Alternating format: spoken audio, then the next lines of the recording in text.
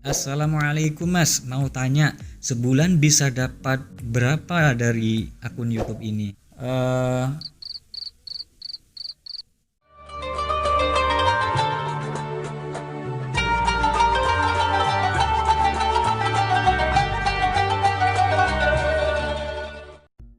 Assalamualaikum warahmatullahi wabarakatuh. Hamdan wa syukron lillah, salatan wa salaman ala rasulillah amma ba'd. Apa kabar teman-teman pecinta Al-Quran? Mudah-mudahan selalu dirahmati oleh Allah subhanahu wa ta'ala. Amin Allahumma amin. Nah, pada kesempatan kali ini saya akan membahas mengenai Q&A yang sudah teman-teman ajukan ke saya, baik itu WA, IG, dan Facebook.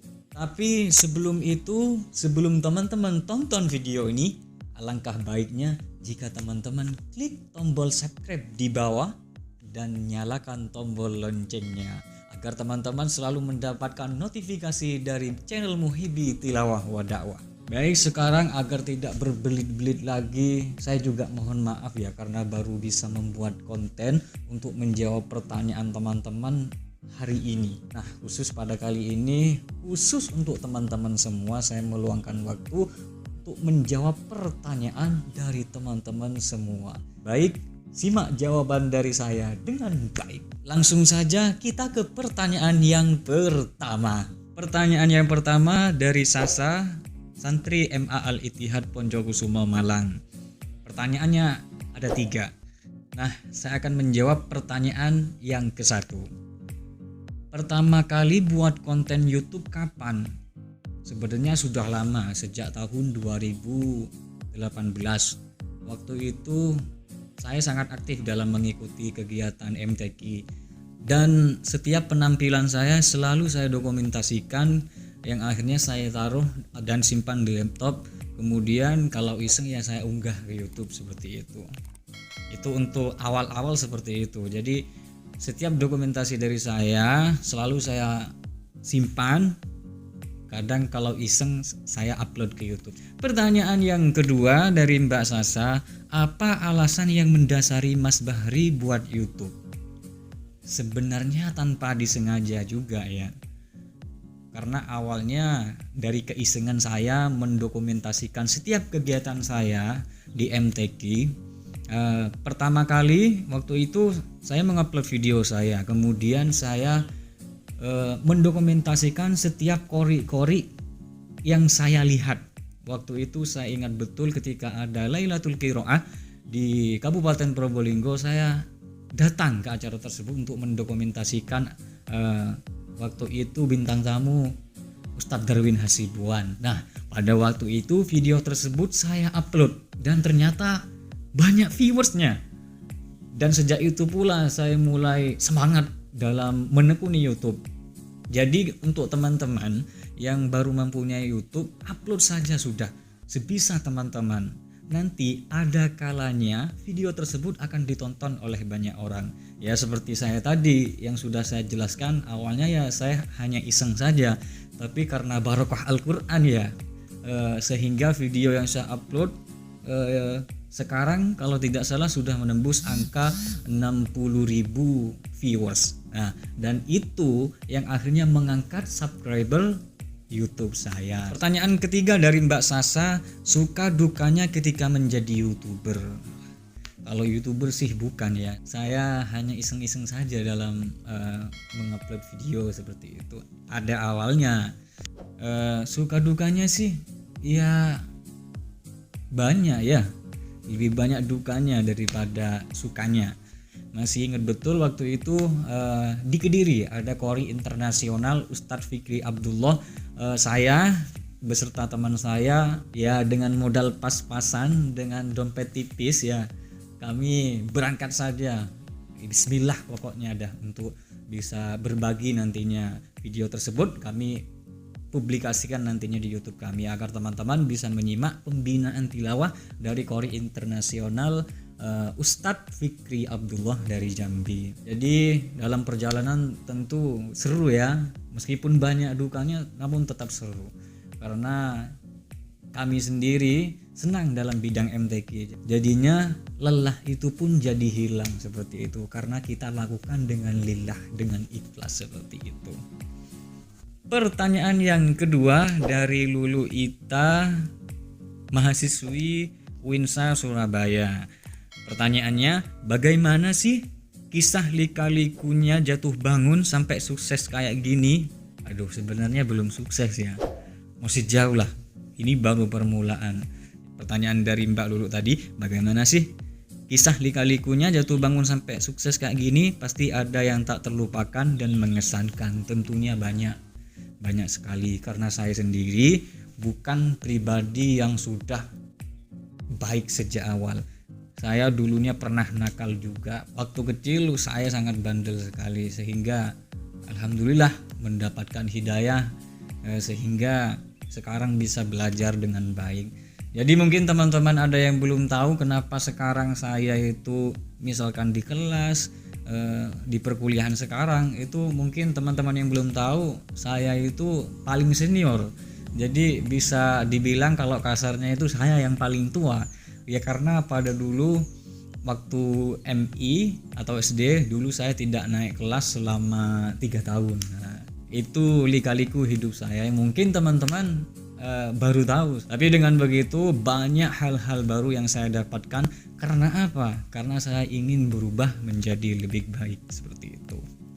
Pertanyaan yang ketiga dari Mas Zidan dari Politeknik Negeri Jember ya. Termotivasi dari mana membangun YouTube? Usaha apa yang dilakukan sampai titik saat ini, dan sedikit motivasi untuk mahasiswa yang seangkatan. Seperti yang sudah saya jelaskan tadi, untuk YouTube sebenarnya saya hanya modal iseng ya. Saya hanya mengupload kegiatan keseharian saya yang mengangkat tentang MTQ, tentang keal-Quranan, dan selanjutnya tanpa saya sadari video yang saya unggah ke YouTube itu dinikmati oleh teman-teman semua. Akhirnya saya semangat untuk bisa membuat konten-konten terbaru yang berkaitan dengan Al-Quran, sehingga saya ingat betul waktu itu hanya bermodalkan laptop dan tidak ada modal pengeditan. Saya hanya belajar secara otodidak dari YouTube, akhirnya saya bisa juga dalam mengedit. Jadi intinya tidak ada yang tidak mungkin selagi kita mau benar-benar untuk berusaha, seperti itu Mas Zidan. Untuk motivasi ya seperti yang sudah saya jelaskan tadi, kita usaha seberapa kecil itu pasti ada hasilnya jika kita benar-benar tekun dalam melakukan hal tersebut. Karena hal kecil bisa berbuah hal besar, apalagi hal besar. Logikanya seperti itu. Jadi teman-teman yang mungkin kurang yakin dengan kemampuan diri kita, wah saya kurang seperti ini, kurang ini, jangan seperti itu. Kita harus benar-benar mampu untuk mencoba, mampu untuk bisa berubah, mampu membuat gebrakan baru yang akhirnya bisa bermanfaat untuk orang-orang di sekitar. Seperti itu Mas Zidan. Pertanyaan selanjutnya dari Saifuddin Abdullah dari Lumajang. Bagaimana kita berlatih dan belajar dari nol agar nantinya bisa berhasil seperti antum? Sekali lagi saya sendiri ya masih belum berhasil. Saya ini masih start. Kalau istilahnya dalam MotoGP ya saya masih start, belum menyampai pada garis finish seperti itu. Nah, untuk teman-teman semua yang ingin benar-benar memulai dari nol, intinya satu, mau mencoba, berani mencoba. Yang pertama, kalau diri saya sendiri yang saya andalkan adalah mental. Karena saya ingat sekali dulu saya itu adalah seseorang yang pemalu. Tapi karena saya itu ingin berusaha, saya ingin berubah, akhirnya saya pun berubah menjadi pribadi yang berani dalam mental, urusan mental seperti itu. Intinya tanamkan dalam hati bahwa kita harus bisa, dan bisa. Jadi kalau ingat betul dulu saya belajar tartil Quran. Jadi basic saya sebenarnya dalam melantunkan Al-Quran, bukan dalam berpidato. Karena saya ingin selalu berusaha, ingin selalu lebih baik, saya pun mencoba untuk menguasai bidang yang lain. Salah satunya yaitu dengan pidato atau dakwah. Akhirnya berusaha mencoba hingga akhirnya pun, dan alhamdulillah bisa tampil di depan umum itu adalah prestasi yang membanggakan bagi saya ya. Itu yang pertama dulu. Jadi kalau untuk bagaimana belajar dari nol, intinya kita tanamkan dalam hati bahwa kita bisa. Jangan pernah beranggapan kita gak bisa. Wah, saya gak bisa jadi ini, saya gak bisa jadi itu. Dengan ucapan teman-teman yang seperti itu, akhirnya teman-teman pun gak bisa. Tapi kalau teman-teman yakinkan dalam hati bahwa teman-teman bisa, pasti kita akan bisa. Saya yakin itu.